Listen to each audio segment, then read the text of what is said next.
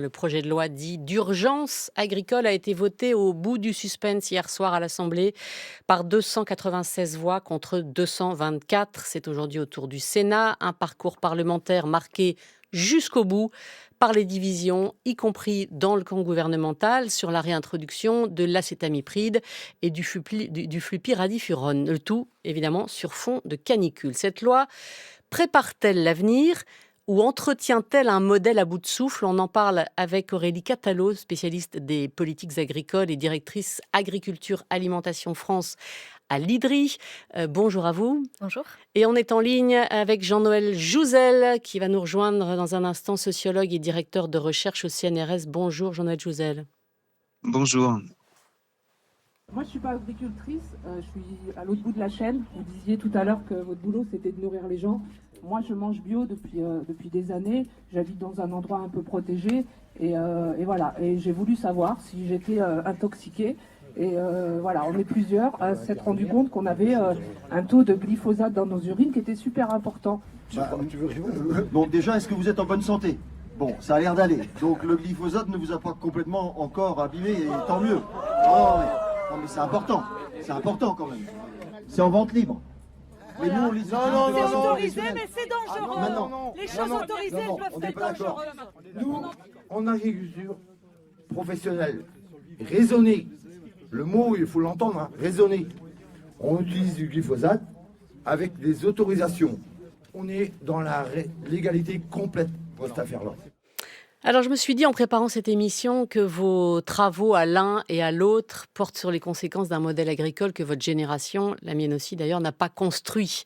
Et quand on entend cette archive des pieds sur terre, donc c'est octobre 2021, un échange, on l'a compris, entre des agriculteurs et leurs riverains, on voit assez vite ce que ce modèle nous coûte. S'il fallait le résumer en une phrase, qu'est-ce que vous diriez de ce qu'il nous a quand même apporté, Aurélie Catalo? Le modèle que cette archive décrit, auquel vous faites référence, c'est un modèle dit productiviste. Ce mot, il a une définition claire qui est la recherche de maximisation de la productivité, c'est-à-dire produire le plus possible en quantité avec moins de bras, en réduisant notamment la quantité de travailleurs et donc d'agriculteurs.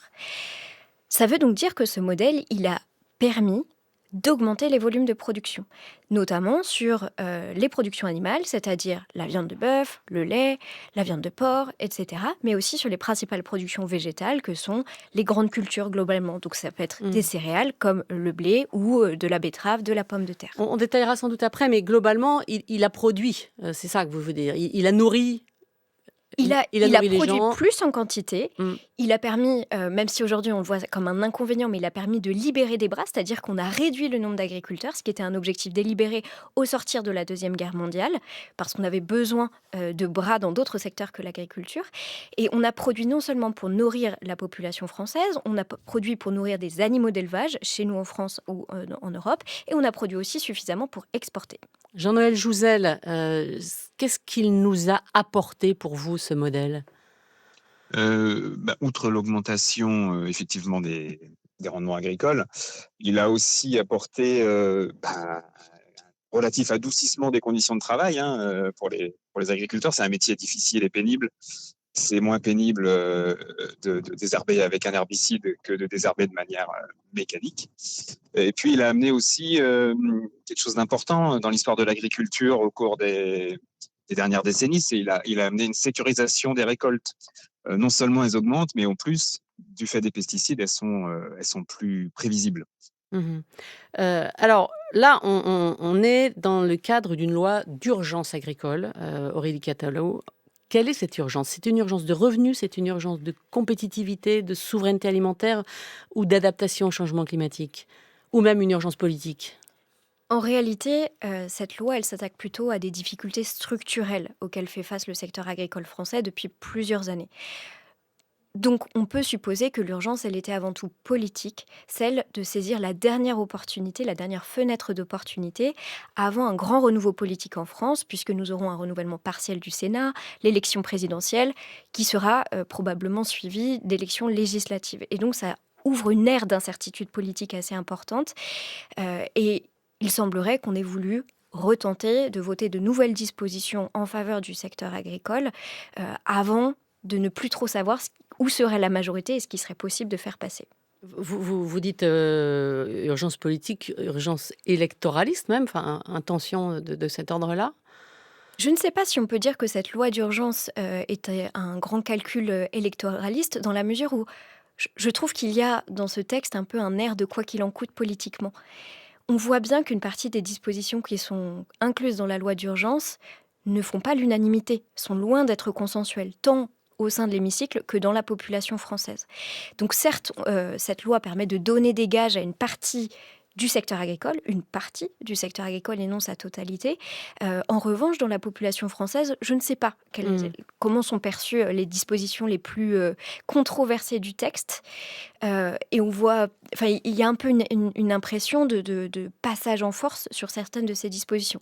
Donc, est-ce qu'il y a derrière un calcul vraiment électoral ? Je ne saurais pas dire, et je pense qu'il y a plutôt une volonté d'utiliser la dernière fenêtre d'opportunité politique pour parler à une partie du monde agricole, surtout. Jean-Noël Jouzel, sur juste l'aspect politique, et on reviendra plus globalement à l'urgence, mais sur l'aspect politique, c'est vrai que le débat a sans doute laissé des traces, et encore cette nuit, quand une partie du bloc gouvernemental essaie de faire supprimer cette partie sur les pesticides, sur les deux pesticides qui font débat, sur l'acétamipride et le flupyradifurone, ça laisse des traces. Quelle urgence politique il y avait et quelles conséquences politiques ça a pour vous ?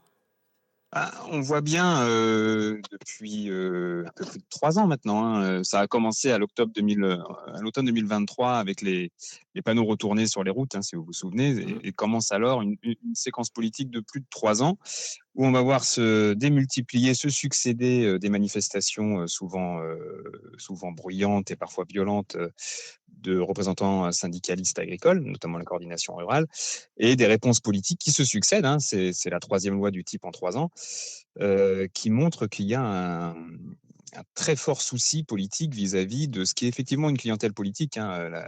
Les agriculteurs sont des gens qui votent plus que la moyenne, et sont des gens qui votent de manière plus homogène que la moyenne, disons globalement au centre droit, mais de plus en plus attirés par l'extrême droite. Donc je pense que ça fait partie de l'équation. Notamment pour des partis de centre droit, que d'éviter qu'une de leur clientèle politique file à une concurrence plus à droite. C'est une loi qui, de ce point de vue-là, va produire son effet vis-à-vis d'une partie de cet électorat ? Je ne serais pas en mesure de le dire, mais je pense que c'est le calcul, et sans doute pour une partie, mais on voit bien, enfin, à mon avis, c'est aussi ce qui se joue avec ces lois, c'est aussi une forme de rupture de dialogue entre ce que produisent les nombreuses recherches scientifiques sur les dégâts environnementaux causés par le modèle productiviste agricole, et puis ce que font les politiques publiques. Et donc, il se peut, oui, que ça convainque une partie des agriculteurs de rester fidèles à des partis politiques de centre droit. C'est tout sauf certain, et en tout cas sur le long terme, ça risque de produire des effets assez désastreux. D'autant que Aurélie Catalo, quand on parle de loi d'urgence et qu'on écoute la ministre de l'Agriculture, Annie Genevard, elle parle pas d'urgence politique, même si elle le pense peut-être, mais c'est la souveraineté. Elle disait cet hiver qu'il y avait le feu dans la maison, quoi. Et ça passe, selon elle, par la simplification et par cet objectif de produire plus. C'est ça l'urgence.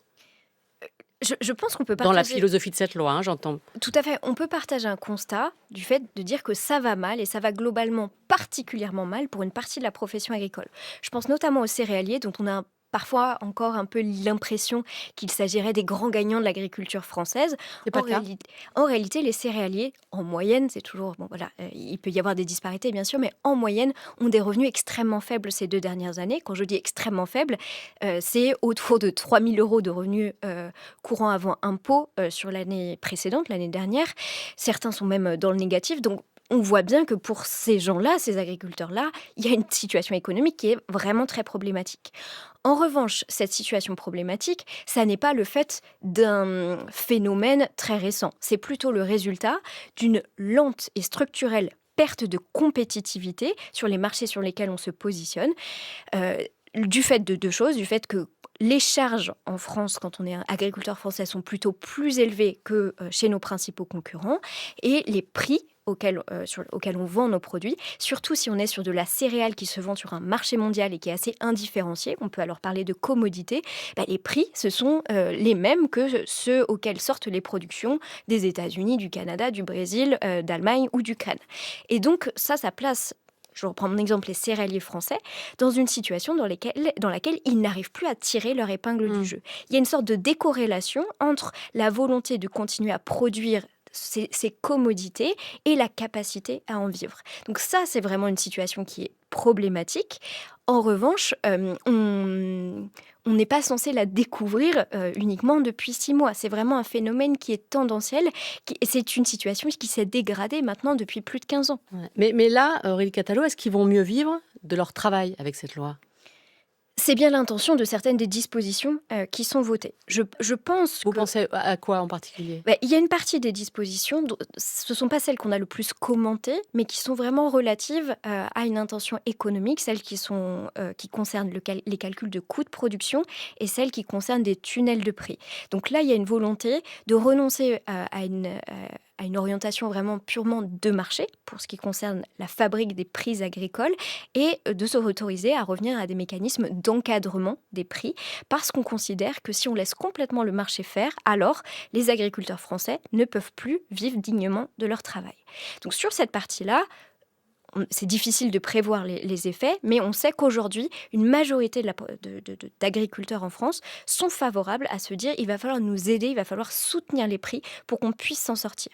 Ce à quoi les industries agroalimentaires françaises s'opposent, puisque elles-mêmes elles disent non mais attendez, moi aussi j'ai des difficultés économiques, moi aussi je suis en forte tension sur mon objectif de compétitivité prix.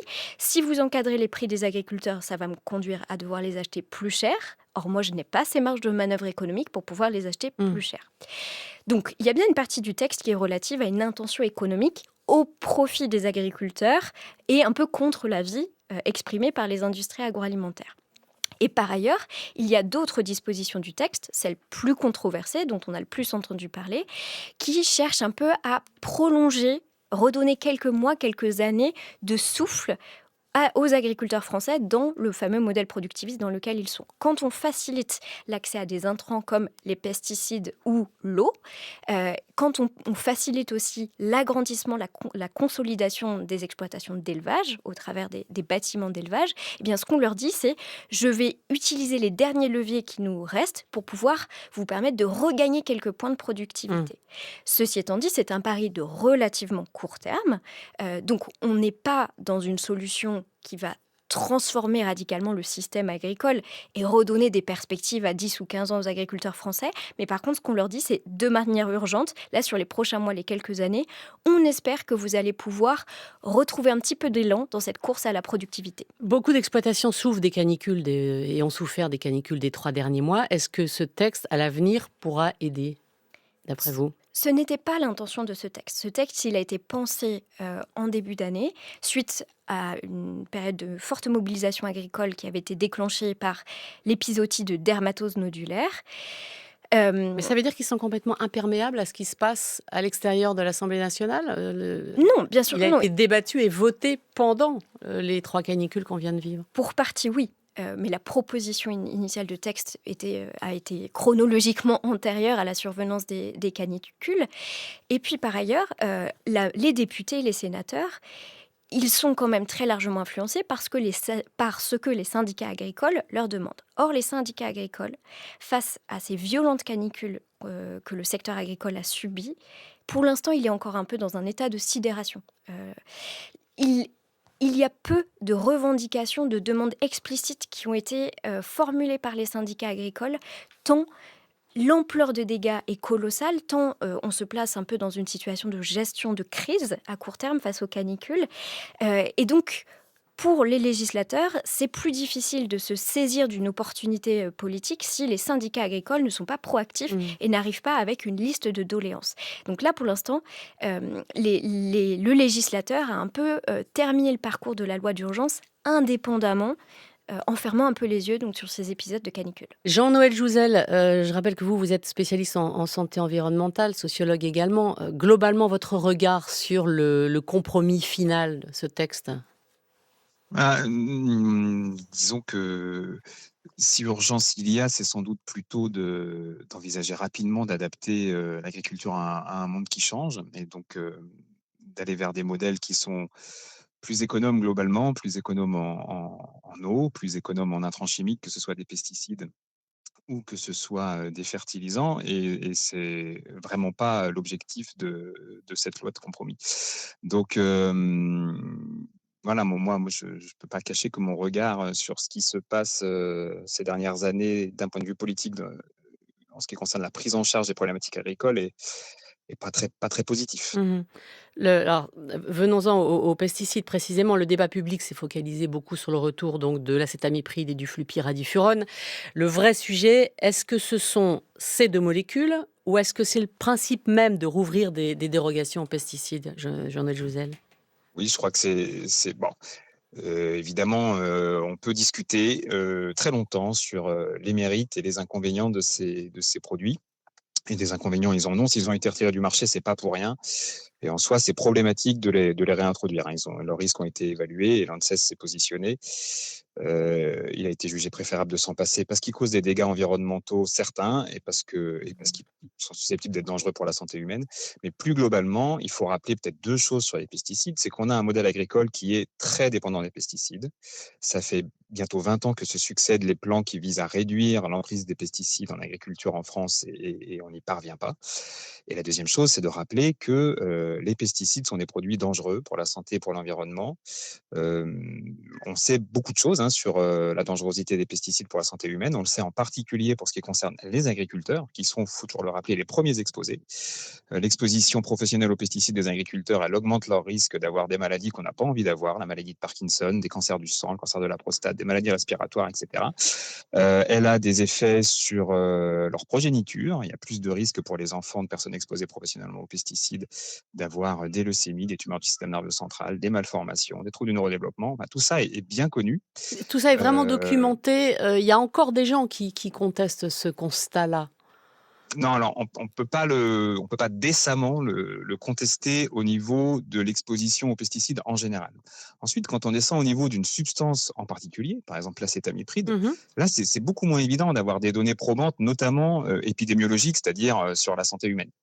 La plupart des choses qu'on sait sur la dangerosité des substances prises individuellement, on le sait sur la base d'essais de toxicité sur des animaux de laboratoire. Les données sont beaucoup plus difficiles et longues à obtenir sur les effets des expositions humaines. En revanche, au niveau global, il n'est pas contestable aujourd'hui que l'exposition, au moins professionnelle, mais assez probablement résidentielle aussi, peut-être dans une moindre mesure, mais une mesure non négligeable aux pesticides, est un facteur de risque pour des maladies très sérieuses. Ouais, je voudrais juste votre avis, Jean-Noël Jouzel, et puis je reviens vers vous, Aurélie Catalo, parce qu'on va parler aussi d'eau. Mais quand le sénateur Duplomb dit qu'il s'est appuyé sur le rapport de l'INRAE, qui a été remis au ministre de l'Agriculture à l'automne, qui portait sur les 6 filières concernées par ces 2 pesticides-là, et les chercheurs de l'INRAE disent qu'ils ont été piégés. Qu'est-ce qui s'est réellement passé? Alors ça, moi, je ne serais pas en mesure de vous le dire, mais de manière générale, je pense que il y a, je le disais tout à l'heure, mais il y a un dialogue qui est un peu rompu entre la décision politique en matière de contrôle des dégâts environnementaux de l'agriculture et la production de connaissances scientifiques.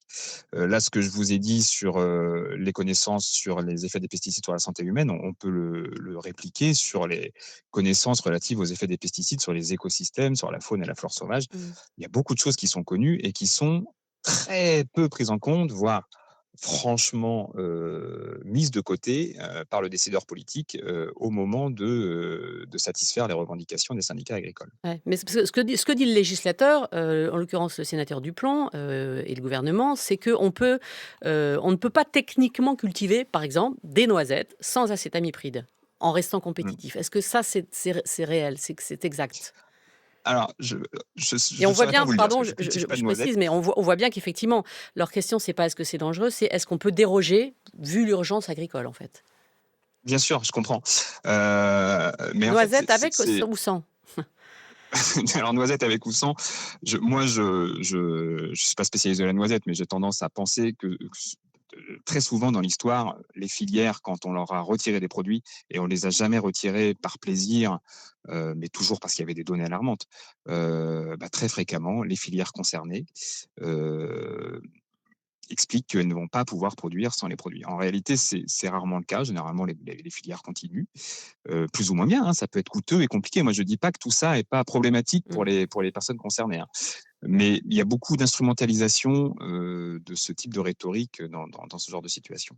Jean-Noël Jouzel, on vous retrouve avec Aurélie Catalo dans un instant après le journal de 8 heures. On va continuer à questionner ce modèle agricole globalement dont on a commencé à parler suite au vote de cette nuit à l'Assemblée nationale. Pour l'heure, il est 8 heures sur France Culture.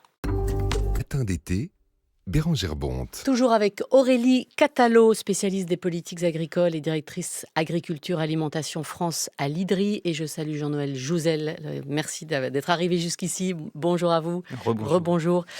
Sociologue, directeur de recherche au CNRS, vous êtes spécialiste en santé environnementale. On va écouter ça, tiens.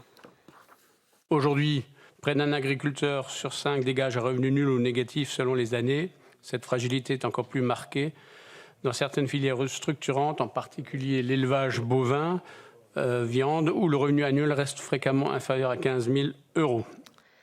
Aurélie Catalo, quand on entend, on a commencé à l'évoquer tout à l'heure, mais un agriculteur sur 5 qui ne gagne pas ou peu, ou perd même de l'argent, est-ce qu'on peut dire que la France est encore une grande puissance agricole ?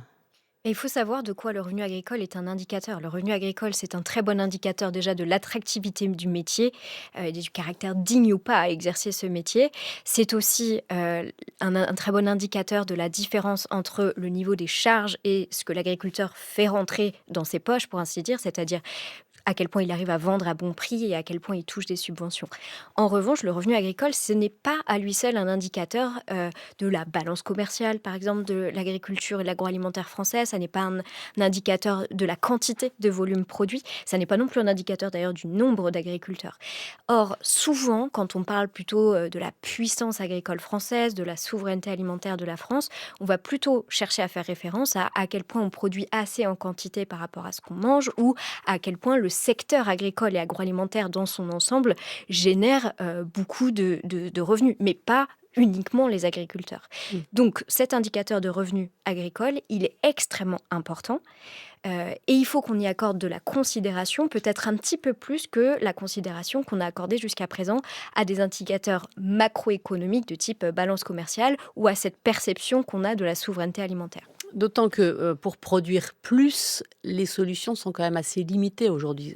Si je vous dis plus de surface, vous allez me dire impossible, parce qu'il faudrait quoi, déforester, et on ne peut pas à cause du carbone. Et, cela dit, c'est un vrai sujet parce que y a des terres, des conflits d'usage aussi de plus en plus nombreux. Je pense même aux panneaux photovoltaïques. Donc des terres, il n'y en a pas plus. Non, a priori, l'enjeu en France, c'est déjà plutôt d'arriver à maintenir stable la surface agricole utile, c'est-à-dire d'éviter l'abandon de terres agricoles et l'enfrichement de ces terres. Et vous avez bien raison de poser la question de est-ce qu'on peut produire plus ? Est-ce que c'est possible ? Est-ce que c'est souhaitable de produire plus ? En réalité, on attend... Pour vous, non ? Il n'y a pas de réponse qui soit valable pour la totalité des terres françaises. Il y a bien des endroits, il y a bien des types de production sur lesquels on a des marges de manœuvre à la hausse. Mais globalement, la France, elle a déjà des rendements sur les productions végétales qui sont parmi les plus hauts de nos concurrents européens. Pourquoi ça ? Eh bien parce qu'on a déjà poussé assez loin, un peu, comme on pourrait dire, la modernisation de l'agriculture française. Et aujourd'hui, on arrive à des limites de rendement. Ces rendements sur les principales grandes cultures, ils ont tendance à stagner depuis les 20 dernières années. Et ce, parce que, notamment, on a bien sûr le changement climatique qui s'exacerbe, mais on a aussi un peu atteint les limites de fertilité de nos sols.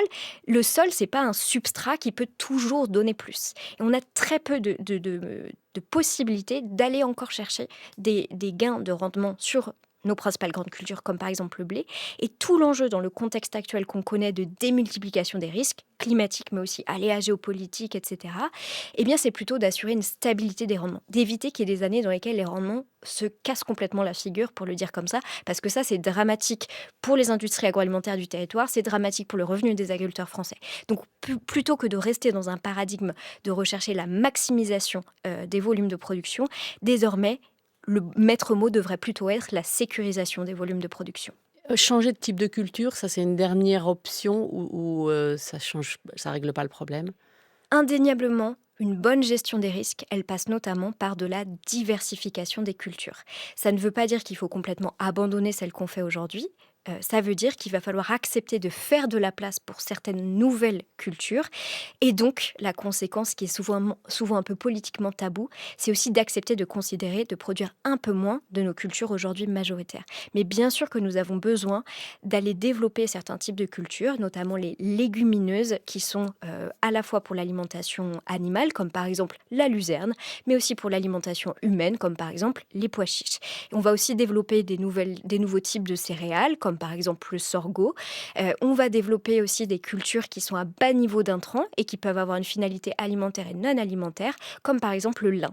Et tout ça, ce sont des cultures pour lesquelles, globalement, la difficulté, elle n'est pas vraiment technique. La difficulté, elle est plutôt économique sur la capacité à créer des débouchés rémunérateurs pour les agriculteurs. Ils sont pas de mauvaise volonté pour produire ces cultures. Ils disent juste, si je les fais, je vais gagner moins d'argent que si je fais du blé ou de la betterave. Donc pour l'instant, c'est pas du tout intéressant pour moi d'aller vers ces cultures de diversification. Ça posera peut-être la question aussi et c'est peut-être une autre question qu'il faut se poser, de savoir ce qu'on veut manger.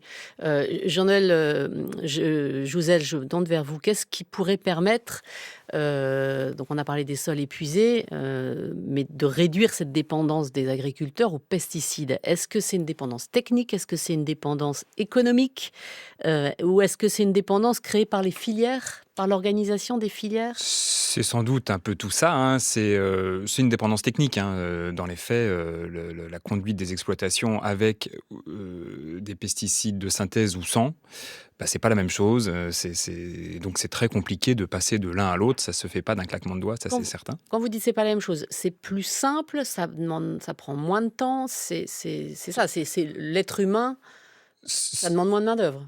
Oui, c'est sûr, oui, ça c'est plus simple, ça demande moins de temps. Et puis c'est ce qu'on appelle en agriculture des itinéraires techniques qui sont en fait des condensés de plusieurs paramètres, parmi lesquels il y a l'usage de phytosanitaires qui détermine un peu la manière dont on conduit une exploitation.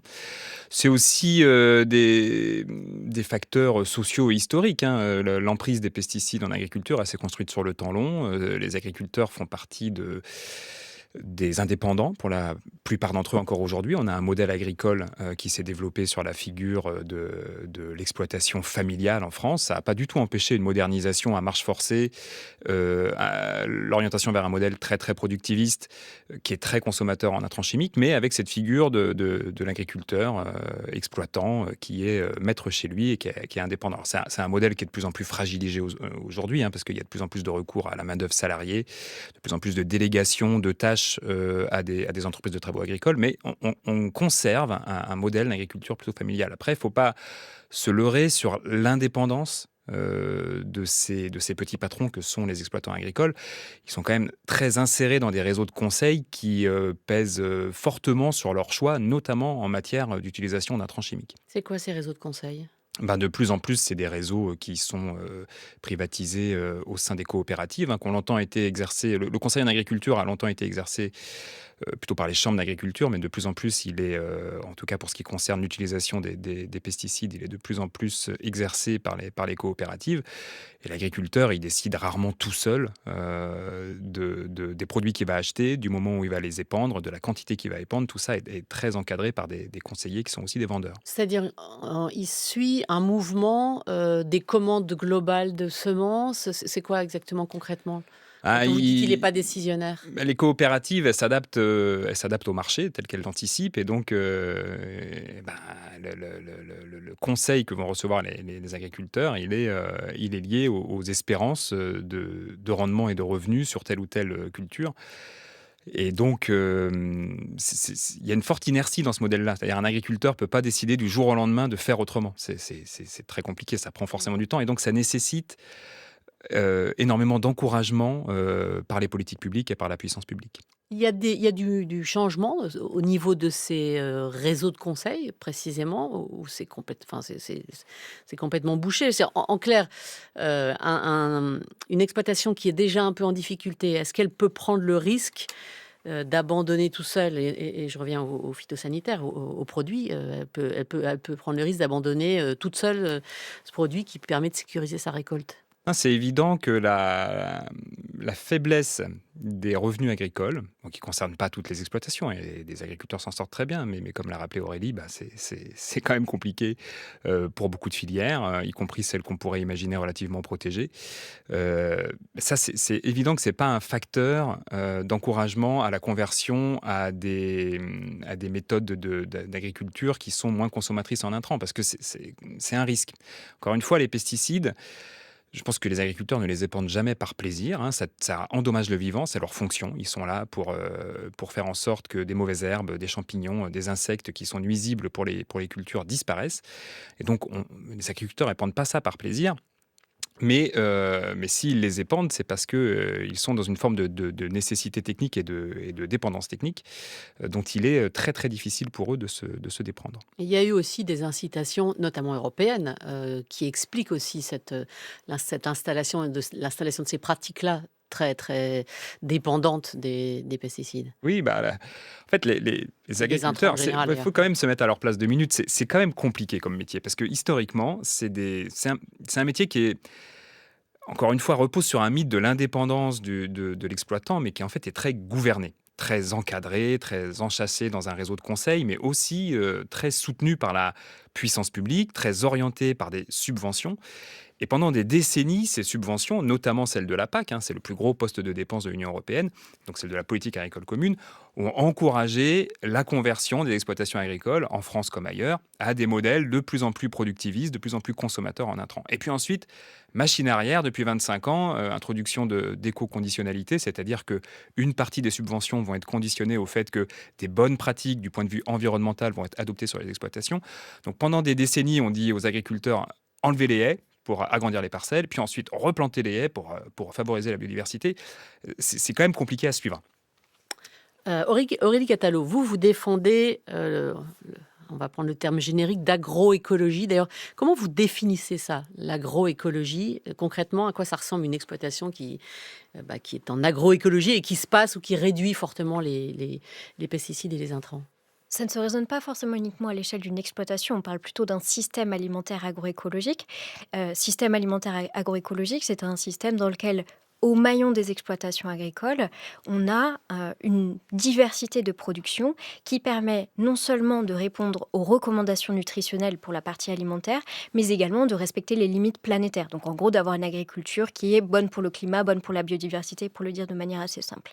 Et ce système agroécologique, il ne fonctionne que si les autres maillons des filières, c'est-à-dire notamment les industries agroalimentaires, la grande distribution et la consommation, acceptent de jouer leur partition et acceptent de stocker, collecter, transformer, distribuer et manger ce qui est issu des exploitations agroécologiques. Donc il n'y a pas de transition agroécologique qui soit envisageable en ne faisant reposer toutes les injonctions de transition que sur les épaules des agriculteurs. Il va bien falloir que le reste des maillons s'organise de telle sorte à créer des débouchés rémunérateurs pour ce qu'on peut produire dans une exploitation agroécologique. Est-ce qu'il faut se mettre dans la tête que si on part un peu plus en agroécologie, il va falloir accepter que les produits coûtent plus cher? Que se nourrir coûtera plus cher? Globalement, les coûts de production en système agroécologique sont variables selon les productions dans lesquelles on est. Imaginons une exploitation qui produit du lait. Le lait, il peut être produit grâce à une vache qui a l'herbe, et ça, c'est assez économe, assez peu coûteux, ou le lait, il peut être produit avec une vache qui va être nourrie avec du maïs et du soja. Et ça, du coup, on va avoir des charges plus élevées. Dans un système agroécologique, on va préférer du lait produit à partir d'une vache qui est à l'herbe. Là, le prix du lait, il n'est pas forcément plus élevé. En revanche, la quantité totale de lait produit par cette vache qui n'est pas nourrie de manière intensive avec du maïs et du soja est inférieure. Et donc, les industries agroalimentaires, elles se posent la question de comment est-ce que je fais pour rester compétitive si vous me donnez moins de matières premières. Le lait est un produit intéressant parce qu'il est très versatile, on peut faire plein de choses différentes à partir du lait. Et donc, on peut essayer de jouer sur quelque chose qu'on appelle le découplage valeur-volume, c'est-à-dire, même avec moins de quantité, essayer de générer plus de valeur parce qu'on va pouvoir faire moins de produits à faible valeur ajoutée comme la poudre de lait, plus de produits à forte valeur ajoutée comme par exemple du fromage AOP. Et donc, cette histoire-là, pour le lait, elle marche plutôt bien, elle est assez positive. Ceci étant dit, il serait fallacieux d'extrapoler l'histoire que je viens de vous raconter sur le lait à toutes les productions. On ne peut pas raconter une histoire aussi positive pour les types de production pour lesquels ce mécanisme de découplage valeur-volume ne fonctionne pas. Et c'est là qu'est la grande difficulté. Que fait-on pour les secteurs de la viande ? Que fait-on pour les principales grandes cultures ? Puisque quand on leur demande de passer en agroécologie, il faut qu'on assume qu'on leur demande de réduire les volumes de production sur ces productions-là. Ils peuvent faire plus d'autres choses. Et c'est là que l'histoire économique, l'histoire socio-économique devient plus compliquée à être capable de raconter. Pour la viande, pour les grandes cultures ? Mais alors déjà, on accepte de reconnaître les constats que je viens de poser. C'est-à-dire... Ça, c'est pas gagné. Et voilà, non, ça n'est pas tout à fait gagné parce qu'il y a cette idée qu'en France, on pourrait produire plus de tout. Donc personne ne va ne pas être d'accord pour produire plus de légumineuses, par exemple. Mais par contre, dès lors qu'on dit, mais on a conscience du fait que si on produit plus de légumineuses, on va produire moins de céréales, par exemple, alors là, le bas blesse et on n'a plus du tout de Mais on est d'accord consensus. que la France est importatrice aujourd'hui. La France importe... Donc la question peut être pertinente, ou en tout cas de se demander si on produit suffisamment pour nourrir la population. La France est importatrice de certains produits, la France est exportatrice d'autres. Aussi, Ce qui est sûr, c'est qu'il y a une décorrélation croissante entre ce que la France produit et ce qui est mangé en France. Et donc, dans une logique de gagner en autonomie stratégique, tout l'enjeu, c'est d'essayer de rapprocher un peu ce qu'on produit et ce qu'on mange en France. Et pour ça, eh bien, oui, il va falloir diversifier les productions qu'on accepte de produire en France. Par exemple, faire plus de fruits et légumes en France, on en a besoin. Mais il faut aussi accepter de se dire, en parallèle, il nous faut une politique alimentaire. En parallèle, il faut qu'on aide nos concitoyens à évoluer vers des pratiques alimentaires qui sont les plus conformes à ce qu'on peut produire en France. Et donc, là aussi, on a un sujet politique très sensible qu'il faut oser mettre sur la table, c'est se dire l'alimentation de nos concitoyens, c'est un objet politique qu'on a le droit, qu'on est légitime, qu'on est même en devoir d'accompagner. Et donc pour ça, il va falloir modifier ce que nous appelons les environnements alimentaires pour faire en sorte que les choix sains et durables d'un point de vue alimentaire soient les plus faciles, les plus désirables pour nos concitoyens. Jean-Noël Jouzel, je vous vois opiner du chef. Oui, j'opine. Non, mais je pense qu'on a profit à réfléchir dans ces discussions autour de l'agriculture à son lien avec l'alimentation. Ça me semble évident. Alors là, on a parlé beaucoup des pesticides, on peut parler un peu de l'eau, qui est un des autres sujets très clivants autour de ces lois du plomb, d'urgence agricole qui se succèdent. En fait, on voit toujours les mêmes problématiques.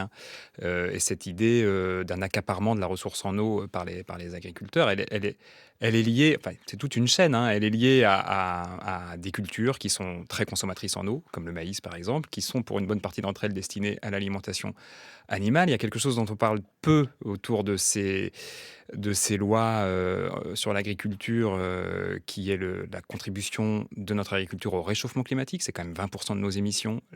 L'essentiel de ces émissions, c'est l'élevage, et principalement l'élevage bovin. Et c'est à cet élevage bovin... C'est le méthane émis. Voilà, mais c'est à cet élevage, tout à fait. C'est à cet élevage bovin qui est destiné une grosse partie du maïs qui est cultivé en France, qui est donc très consommateur en eau. Tout ça pour produire, in fine, du bétail dont on va consommer la viande rouge qui est classée, rappelons-le, depuis 11 ans maintenant par le Centre international de recherche sur le cancer, comme un cancérogène probable. Donc c'est sûr que si, au bout du compte, dans nos assiettes, on acceptait que les sources de protéines viennent davantage de légumineuses et peut-être un peu moins de la viande, on favoriserait sans doute un certain nombre de changements structurels en agriculture. Qu'est-ce qui s'est passé avec les légumineuses ? Vraiment en 2 mots, mais elles n'ont plus la cote, quoi. Les légumineuses, ce sont des cultures qui apportent à l'hectare une marge bien moins intéressante que, par exemple, le blé. Et par ailleurs, les légumineuses, on va dire un peu délégué la production aux Amériques, au Mmh. sens large, au moment de la signature du plan Marshall. La première légumineuse qui est produite et consommée sur le sol français, c'est le soja, et il est très largement Ah, ça, c'est consommé encore un par autre sujet. les animaux d'élevage. Mais c'est pas un autre soja, c'est pour pouvoir développer les légumineuses chez nous, il faut accepter de se dire qu'on a un sujet de politique commerciale. Et pour paraphraser un ancien président de la République, mangez des lentilles. Merci beaucoup Jean-Noël Jouzel et Aurélie Catalo. Merci, c'était passionnant. 8h40 sur France Culture.